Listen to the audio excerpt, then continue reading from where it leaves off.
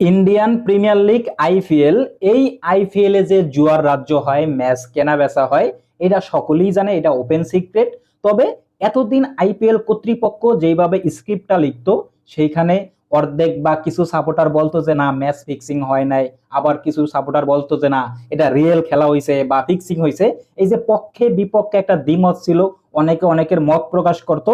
So এই যে সমস্যাটা, এইটা গতকালকের ম্যাচে গুজরাট টাইটান্স বনাম দিল্লি ক্যাপিটালসে আইপিএল কর্তৃপক্ষ ওপেন করে দিছে এবং তারা প্রমাণ করছে 100% যে আইপিএল এ আসলে ম্যাচ ফিক্সিং হয়। এই জায়গায় সন্দেহ প্রকাশ করার মতো কিছুই নাই। এইখানে ওই ম্যাচে লাস্ট 2 বলে মাত্র 4 রান দরকার, সেইখানে ডেভিড মিলারের মতো ব্যাটসম্যান 19 বলে 41 রান করে অপরাজিত। সেই ম্যাচ ডেভিড মিলার জিতাইতে পারে নাই, এমনকি ড্র করতে পারে নাই।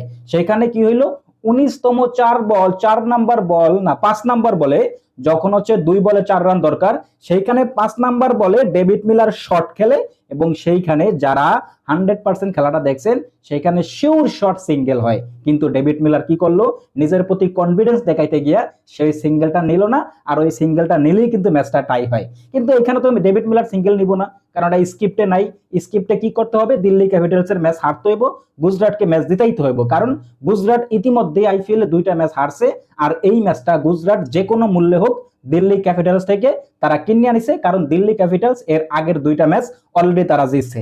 সো এই যে স্ক্রিপ্ট, এইটা হয়তো ডেভিড মিলার হয়তো ভুলিয়া গেছে, কারণ ওই যে 19তম ওভারের 5ম বলটা তার তো এমন একটা শট খেলা দরকার ছিল, বা ওইটা ব্যাটে বলে সংযোগ করানোই উচিত ছিল না। উনি হয়তো ওই সময় উত্তেজনার মুহূর্তে স্ক্রিপ্ট ভুলিয়া যায়, উনি শট খেলে, পরে ওনার মনে উঠে আরে আমার তো এই রান নিলে তো পুরো ম্যাচ টাই হয়ে যাইব, আর যদি ম্যাচ টাই হয় তাহলে তো আমার অবস্থা খারাপ হবে, কারণ এই ম্যাচ তো গুজরাটকে জিতাইতে হবে, আর এই ম্যাচ টাই হলে তো সুপার ওভারে যাইব, সেই কারণে তো আবার অন্যতম অবস্থা হইতে পারে।